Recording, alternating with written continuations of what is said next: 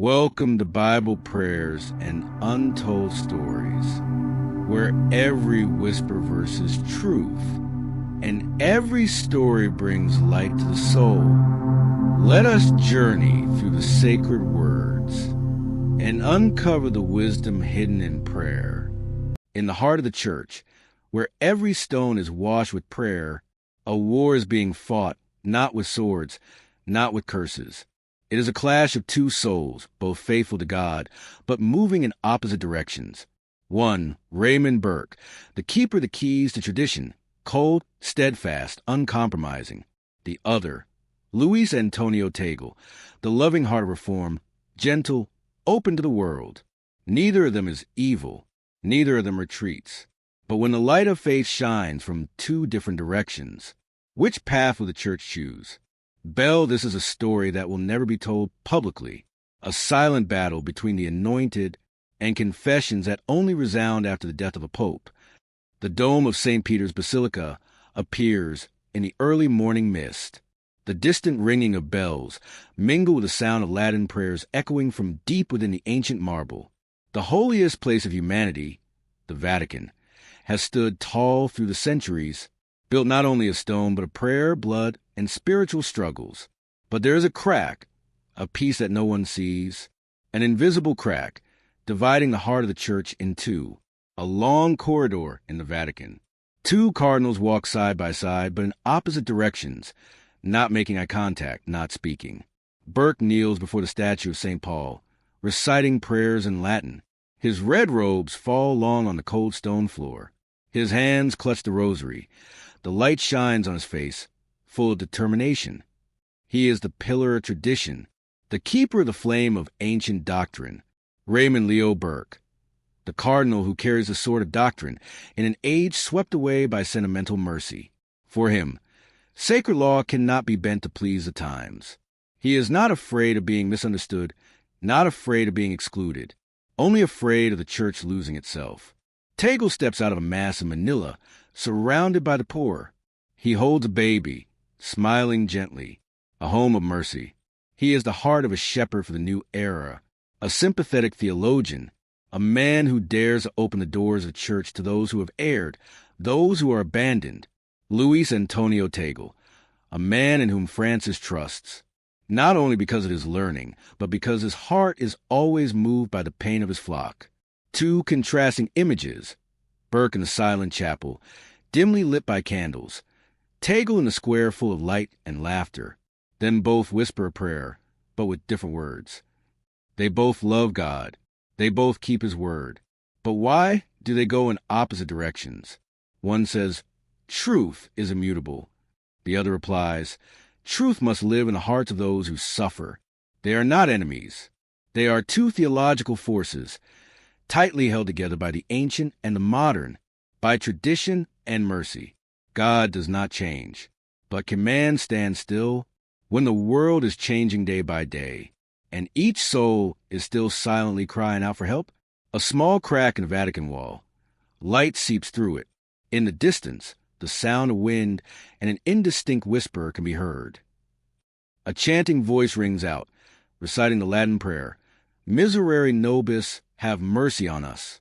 Then the light slowly shines on a heart of stone, beating slowly, hidden inside the statue of Christ. Every body needs a heart to love, and a skeleton to stand firm in the storm. The church is the same. Tagle is preaching in a packed church, light coming to the stained glass windows, illuminating his gentle face. A woman is crying in the front row. He is called the light of the suffering, not only because of his lovely preaching, but because his presence is a living prayer. Luis Antonio Tagle, the cardinal who carries in his heart the breath of the gospel of mercy. His journey does not begin with the law, but with the tears of God's people. In his heart as a shepherd, he believes no one is so wrong that God forgets him. Burke in a stone chapel, reading the catechism by candlelight. His face is sharp, quiet. His gaze seems to penetrate the ages. In an age where every truth is challenged, there are those who choose to quietly guard the walls of faith. Raymond Leo Burke is such a person. For him, mercy cannot replace truth. He walked through the years of being deprived, misunderstood, But in his prayer, he said only, "Lord, keep your church from the disguise of weakness." Burke stood alone in the night, lit only by the light of the tabernacle. His eyes did not tremble, but were full of spiritual sadness. Teagle in an Asian chapel, praying with a simple wooden cross. Burke in a Roman chapel, praying before a gilded tabernacle. Space, light, architecture, all contrasting, but the whisper still reached heaven. In their own dark night, the two cardinals looked up, but each said a different word. Teagle whispered, "Open the arms of the church. Let the heart of God beat in every excluded soul." Burke replied in silence, "Give me the strength not to compromise. Keep the truth from being distorted by emotion." The image of the cross split by lightning, one half bright, the other in darkness. But from the middle of the crack, blood and light flowed. Mercy without truth is a lie, but truth without mercy, can it really save souls? This is no longer a theologian's argument, but a cry for help from a church crossing a desert of confusion. The Clementine Hall, Vatican. Cardinals sitting in a circle. Yellow light falls on crimson robes. No dialogue, just a sound of paper turning, breathing in a frozen silence. Not every battle begins with a clash of swords. Some battles begin with a heavy silence among those in red. Here, every glance, every slight nod, they are all unspoken statements. Teagle listens to a cardinal speak. His eyes are far away, his heart is heavy. Burke lifts his glasses, tilts his head slightly, as if weighing each word. No greeting, no smile, just a cold nod. In the secret sessions, where the cardinals discuss the direction of the church, the confrontation does not come from shouting, but from a silence like metal, cutting across hearts that love the church in two different ways. Burke stands to speak. His voice is calm, but as sharp as a thin blade. The camera pans to Teagle, still sitting, hands clasped, head slightly bowed, as if accepting but not responding.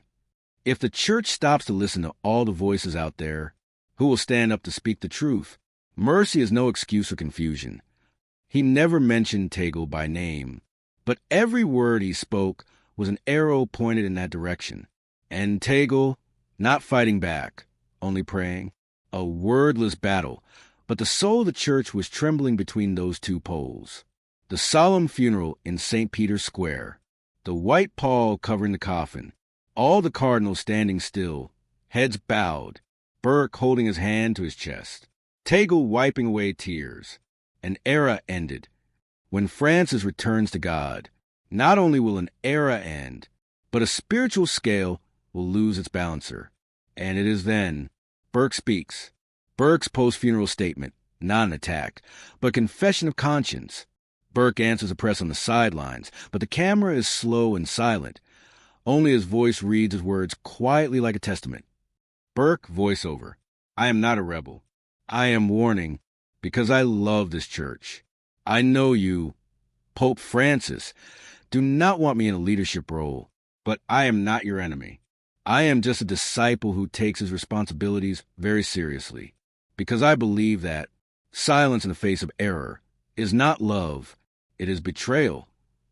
The faithful are talking. The Vatican Twitter is abuzz. Some are praising, some are grieving, some are silent. Teagle did not respond, just kneeling silently in the small chapel, candles flickering. Those words do not cause storms. They create cracks in souls trying to find their way between two extremes. Burke does not destroy. He knocks with the solitude of a guardian of the faith.